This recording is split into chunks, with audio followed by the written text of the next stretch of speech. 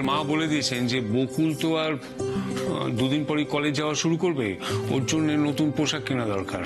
আপনারা একদম চিন্তা করবেন না, আমরা সবাই মিলে ছোট বৌদির জন্য শপিং করতে যাব।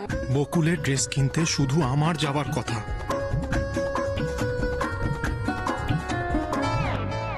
এ বাবা, আমার আপনার পায়ে পা লেগে গেল। ছি ছি ছি ছি ছি, sorry sorry sorry sorry sorry, ইস ছি ছি ছি ছি ছি ছি ছি ছি ছি, কি খারাপ হলো বলুন তো, আপনার পায়ে আমার পা লেগে গেল। না না, ইটস ওকে, বুঝেছি আমি। আপনি এত সহজ সরল কেন? আর কি করব আমি যাতে আপনি বুঝতে পারবেন যে আমি আপনার সঙ্গে শপিং এ একা যেতে চাই?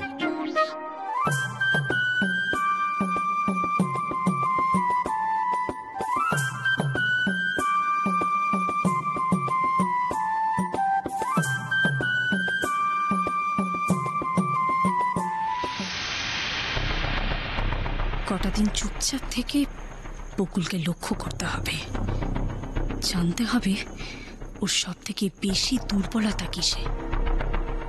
তারপর তো শুরু হবে আমার আসল খেলা।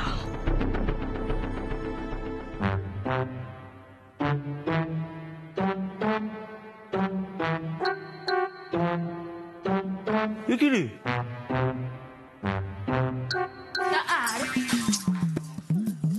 কি ওপরে কেন? আরে ওনার অফিসে সবকিছু আমি গুছিয়ে দিয়ে এসেছি, আমি এখন কেন উপরে যাব? না না না না, এসব বললো না কি সব লিস্ট ফিস্ট করতে হবে, আমি ওখানে যাবো। লিস্ট আমি করে নেবো, তুমি উপরে যাও না। কেন? উনি রেডি হবেন, রেডি হয়ে বেরিয়ে যাবেন, আমার তো কোনো প্রয়োজন নেই ওখানে যাওয়ার। না না না না, আমি যাবো, আমি যাবো। আরে শুনতে চাই না, বলছি একটা কথা, উপরে যাও, ঋষি তোমায় ডেকেছে। না আরে আমি ডেকেছি, আমি সত্যি বলছি, আমি কি মিথ্যে বলতে যাবো নাকি? সত্যি বলছো? হ্যাঁ, তুমি শুনতে পাওনি? ই বাবা দিদি ভাই, আমি তো ফুল কেস খেয়ে যাবো। বলছি তো তাই। তাহলে আমি উপরে যাবো? হ্যাঁ ঠিক আছে দিদি ভাই, যাচ্ছি। এই এসা, আমি উপরে যাচ্ছি। যাও না। হ্যাঁ হ্যাঁ ঠিক আছে।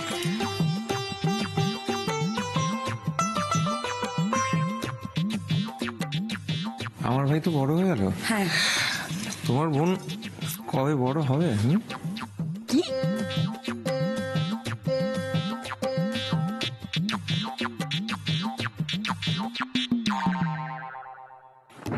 শুধু আমার সঙ্গে শপিং এ গেলে কি হতো বুঝতে পারছি না। টাইম শো করলাম অন্যের সঙ্গে, এখন উনি শপিং এও যাবেন অন্য সবার সঙ্গে। কিছুই বোঝার চেষ্টা করেন, কি যে করি এনাকে নিয়ে। আমি না, আমাকে আপনি ডেকেছেন? আমি আবার আপনাকে কখন ডাকলাম? দিদি ভাই বললো তো, আর আমি নিজেই তো দেখলাম আপনি টেবিল থেকে উঠে চলে এলেন খাওয়া ইনকমপ্লিট রেখে। যাক, আমার দিকে তাহলে আপনার একটু হলেও নজর আছে। যাক, আমি তাহলে ঠিকই ধরেছিলাম, ডাক্তারের কাছে আমার না আপনার যাওয়া উচিত। না না না না না, অনেক চেষ্টার পর বকুল ওপরে এসেছে। ঋষি, ইগোটাকে সাইডে রেখে মনের ইচ্ছেটা প্রকাশ করে দে। তাহলে অনেকক্ষণ ধরেই তো প্ল্যানিং করলেন আপনারা সবাই মিলে, তো কি ডিসাইড হলো? কিছু না। জানতাম আমি ওরা কেউ আপনাকে হেল্প করতে পারবে না। আরে আমার থেকে বেটার আপনাকে কেউ বলতেই পারবে না যে আপনাকে কোন ড্রেসে মানাবে। দেখুন আমি বলছি আপনাকে, কাকিমণি ছাড়া আর আছে সোনা বৌদি, কিন্তু কাকিমণি আর সোনা বৌদির তো লেটেস্ট ফ্যাশনের সম্বন্ধে কোনো আইডিয়াই নেই। তো এই দুজন আপনাকে কোনোভাবে হেল্প করতে পারবে না। আর কে বাকি রইল? আর ঈশা তো এখনো বড় হয়নি, এই তো কাল অব্দি ওকে দেখলাম ফ্রক পরছিল।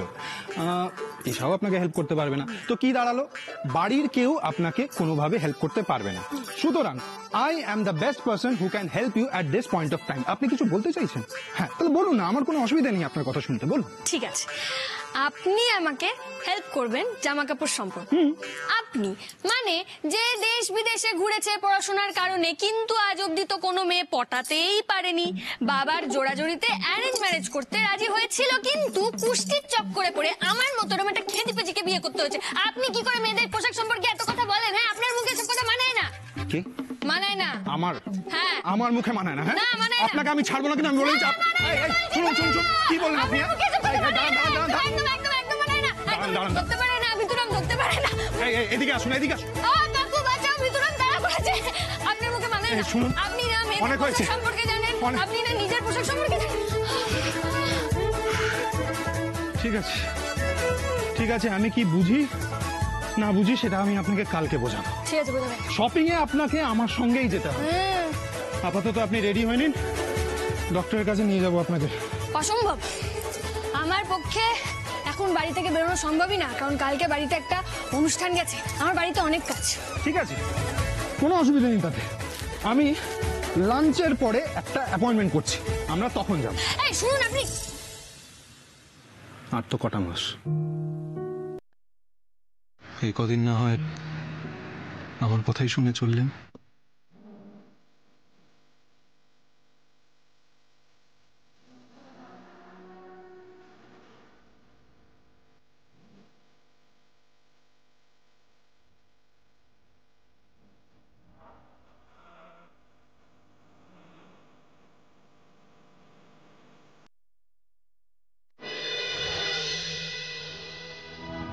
চায়ের দামটা লিখে রাখো খাতায়।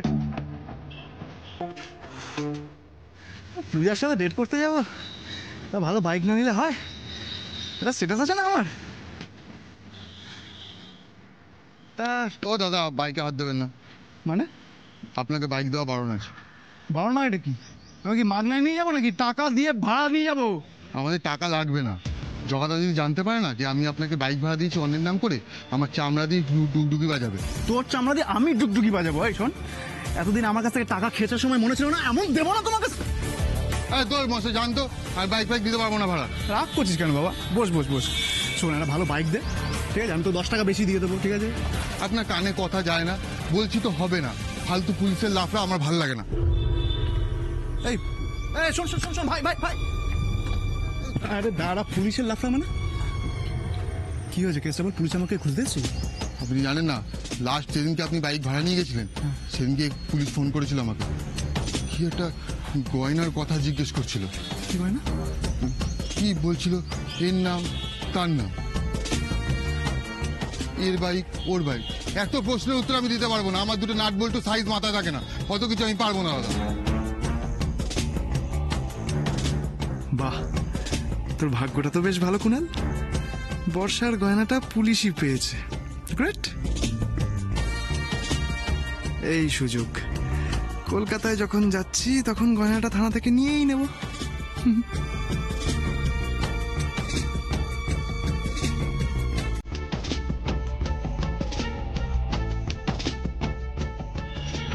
কি হলো দাদা? হবে না।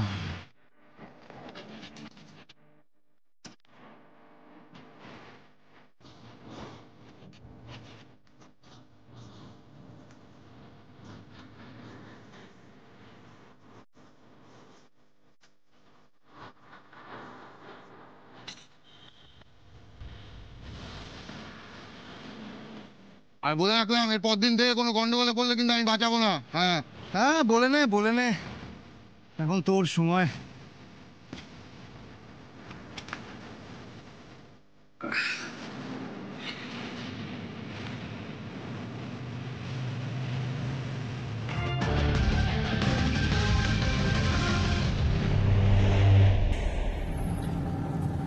আচ্ছা, ডাক্তারবাবু তখন আপনাকে অত কি কথা বলছিলেন আলাদা করে ডেকে নিয়ে গিয়ে? ডাক্তারবাবু বললেন আপনার মাথার চিকিৎসাটা অনেক আগে করানো উচিত ছিল।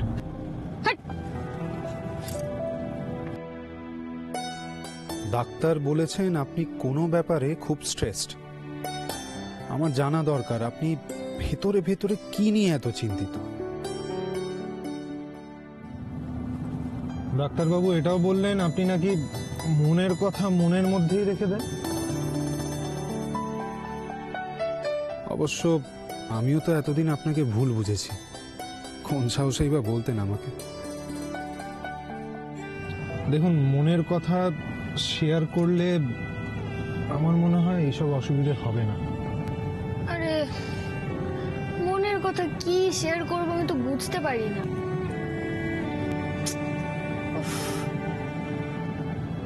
এই ডাক্তারবাবুরা না প্রচন্ড প্রচন্ড কনফিউজ করে দেয়। আমার এই জন্য তো বোরিং লাগে ডাক্তারবাবুদের কাছে যেতে।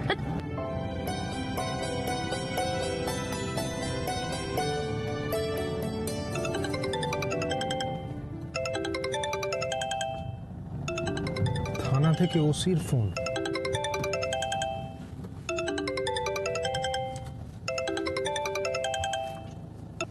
হ্যাঁ ইন্সপেক্টর বলুন।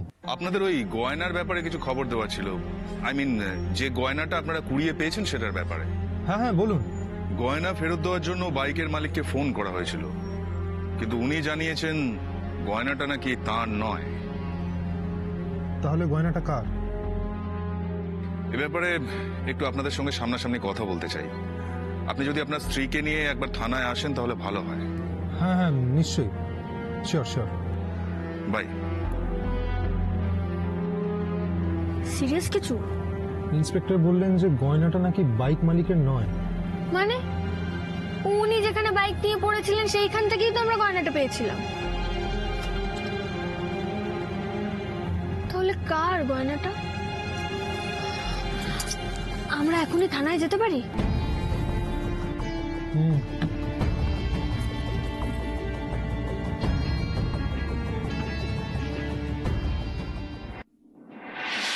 বর্ষা, এবার থেকে তুমি এটার মধ্যে আমার রোজকার কাজগুলো লিখে রাখতে পারবে। থ্যাংক ইউ বাবা, আপনি আমাকে আপনার কাজে নিলেন, এটা আমার জন্য যে কত বড় সৌভাগ্য। Thank you so much.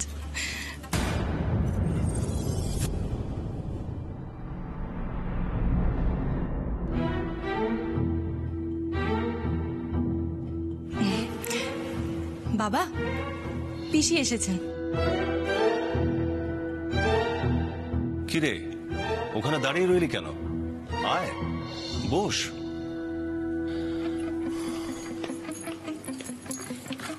বস।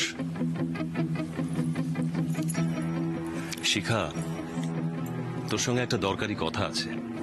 বলো। তুই এবার থেকে প্রত্যেক মাসে বর্ষাকে একটা হাত খরচ দিবি। এই সংসারে কাকে কবে তুমি হাত খরচ দিয়েছো দাদা? আমাদের কি কোনোদিনও তুমি কোনো অভাব রেখেছো? রাখোনি। এই তো আমার খোকন এত বড় হয়েছে, ওকে কোনোদিনও তুমি কোনো হাত খরচ দিয়েছো? দাওনি। আজ হঠাৎ ওর বউকে হাত খরচ দেওয়ার কি প্রয়োজন দাদা?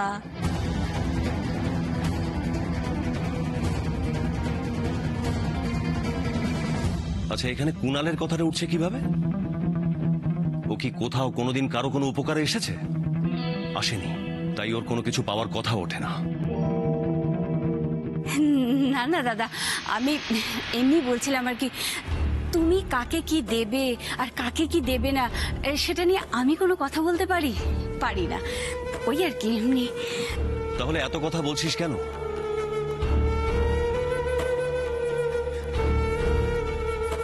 সংসারের ভালো কথা ভেবে দাদা। আর তুমি তো জানো আমি চিরকাল এই সংসারের ভালো মন্দ এসব ভাবা আমি আমার কর্তব্য বলে মনে করেছি। আর তুমিও তো এই সংসারের ভালো ভেবেই আমাদের হাতে কোনোদিনও কোনো টাকা পয়সা দাওনি। আমাদের যখন যা প্রয়োজন তুমি আমাদের সেটা মিটিয়ে দিয়েছো। আজ হঠাৎ ওর বউকে টাকা। আচ্ছা দাদা, আমি তো আছি, তুমি কেন এত চিন্তা করছো বলো তো? ওর যখন যা প্রয়োজন আমায় বলবে, আমি ওকে দিয়ে দেব।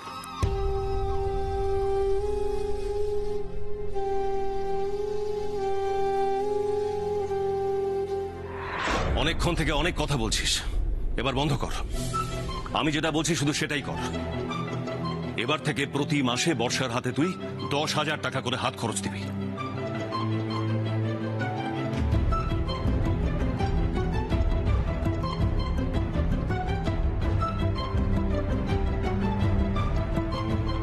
দাদা বলেছে বলে এই মেয়েকে আমার মাসে মাসে 10,000 টাকা করে দিতে হবে? অসম্ভব। আজ আসুক খোকন বাড়িতে, তারপর দেখছি কি করা যায়। দেখুন, আমরা কিন্তু গয়নাটা ওনার কাছ থেকেই পেয়েছিলাম। আর আপনাকে তো বলেছি যে ওই গয়না ফেরত দেওয়ার জন্য ওনার পেছন পেছন অনেক দূর গিয়েও ছিলাম আমরা। তারপর তো আর ওনাকে খুঁজেই পেলাম না। কিন্তু বাইকের মালিক তো বলছেন উনি সেদিন শহরেই ছিলেন না, ফলে গয়না হারানোর কোনো প্রশ্নই ওঠে না। আশ্চর্য, অস্বীকার করার কারণটা কি? তাহলে কি এই ঘটনার পেছনে কোনো রহস্য আছে নাকি? ইনফ্যাক্ট আমরাও সেটা ভাবছি, তবে বাইকের মালিক মিথ্যে কথা বলছেন না। আমরা ভেরিফাই করে দেখেছি উনি সেদিন সত্যিই শহরে ছিলেন না। তাহলে তদন্ত করে আমরা জানতে পেরেছি বাইকটা সেদিন ভাড়া করা হয়েছিল। আচ্ছা, কোনোভাবে বলা যাবে যে বাইকটা ঠিক কোন জায়গা থেকে ভাড়া করা হয়েছিল? না, তাহলে যদি আমরা সঠিক মানুষের খোঁজ পেয়ে গয়নাটা যদি তার কাছে পৌঁছে দিতে পারি, সেই জন্য। একটা গ্যারাজ থেকে ভাড়া করা হয়েছিল, আর সেই গ্যারেজটা বারাসাতের।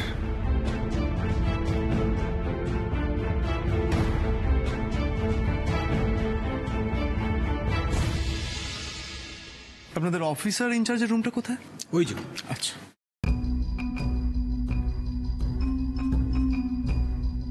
এই রে, এত কষ্ট করে এলাম, এখানে উনি বসে।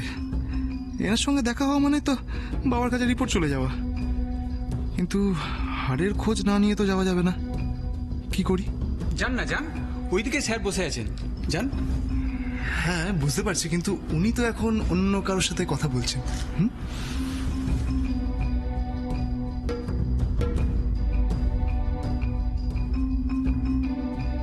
আচ্ছা, ওই গ্যারেজটা কার? মানে আমি মালিকের নাম জানতে পারি? মালিকের নাম জগা। আমি যেই গ্যারাজে বাইক সারাতে যেতাম সেই গ্যারাজের মালিকের নামও তো জগা। দেখুন, আপনি কিছু মনে করবেন না, আমি বোধহয় একটু বেশি প্রশ্ন করে ফেলছি। আসলে ব্যাপারটা কি জানেন তো, ওই যে গয়নাটা পাওয়া গেছে না, ওই রকম দেখতে সেম গয়না আমার মায়েরও ছিল।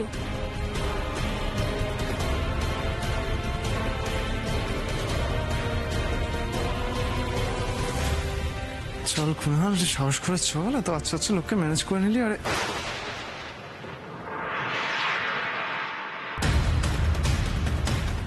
যেখানে বাঘের ভয় সেখানেই সন্ধে হয়। একবার যদি এদিকে ঘুরে তাকায় তাহলেই শেষ।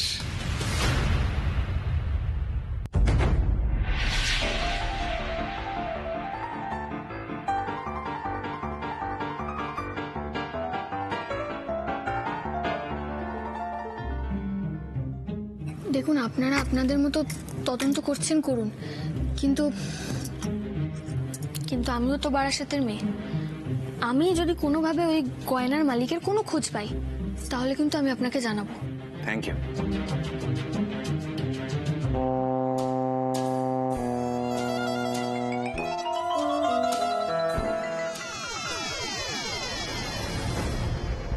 আর একটা রিকোয়েস্ট ছিল, বলছি যে ওই গয়নাটার একটা ছবি পাওয়া যাবে?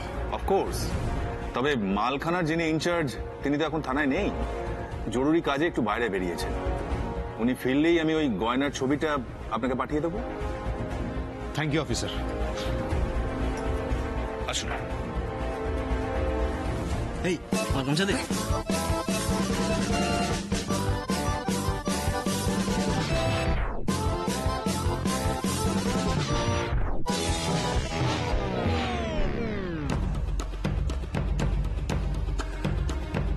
আপনার গাড়িতে ড্রাগ পাওয়া, আপনার উপর হামলা হওয়া, তারপর আপনাদের বাড়িতে ডাকাতি, ওই এলাকায় নিরাপত্তা কতটা কম সেটা আশা করি বুঝতে পারছেন। তাই আমার অ্যাডভাইস, যা করবেন একটু বুঝে শুনে করবেন, ওকে?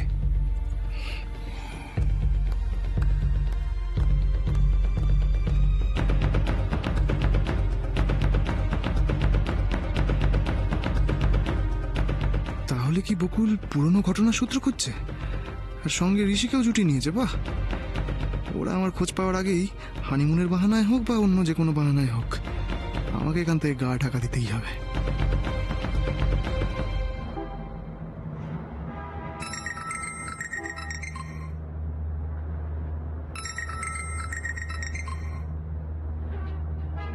হ্যালো, হ্যালো, আমি বকুল বলছি। আমার তোমার থেকে না একটা ইনফরমেশন নেওয়ার ছিল। হ্যাঁ বলুন।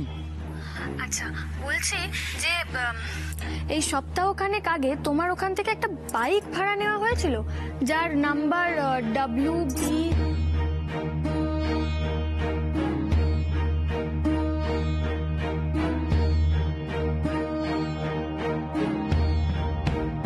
তুমি একটু বলতে পারবে যে বাইকটা কে ভাড়া নিয়েছিল? কি বলছে? কেটে দিল ফোনটা। একবার ওই গয়নার ছবি আমি পাই, আমার মন বলছে এর পেছনে বড় কোনো ষড়যন্ত্র আছে।